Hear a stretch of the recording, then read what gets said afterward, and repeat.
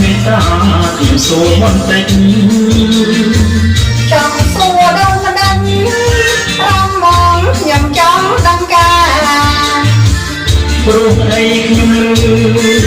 មកខ្ញុំនិយាយប្រាប់ថាថាយ៉ាងណាថានាងចំសងគូព្រេងខ្ញុំមានដំណើរមេត្តាកុំនិយាយលេង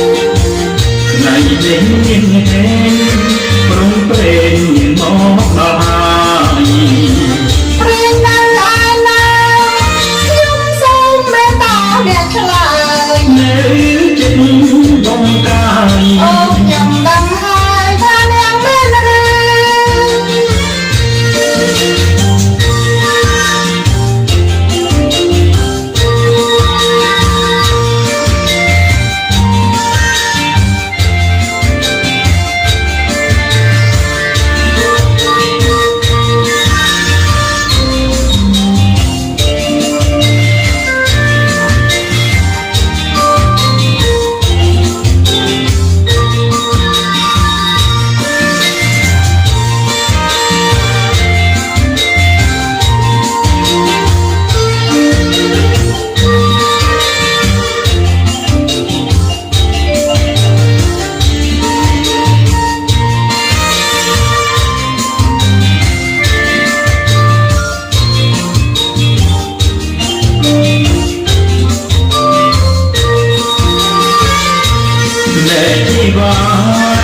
មេត្តា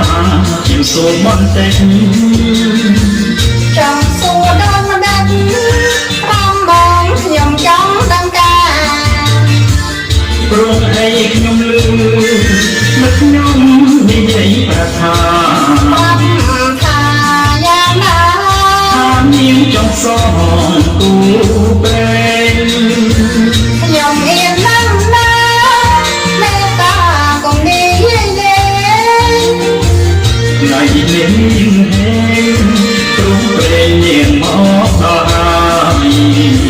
ព្រេងនៅឯណាខ្ញុំសូមមេត្តាអ្នកឆ្លើយនៅចិត្ត